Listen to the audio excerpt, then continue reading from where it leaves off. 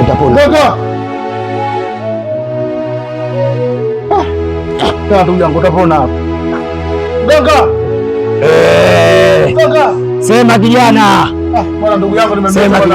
Ndio. Toka jana usiku hali imekuwa mbaya. Ndio. Mwangalie kwanza. Kazi yangu wewe kijana. Kazi yako. Nilimwambia aache wake za watu. Kijana, hii ndio jeuri unanionyesha mimi. Nami nimekuonyesha.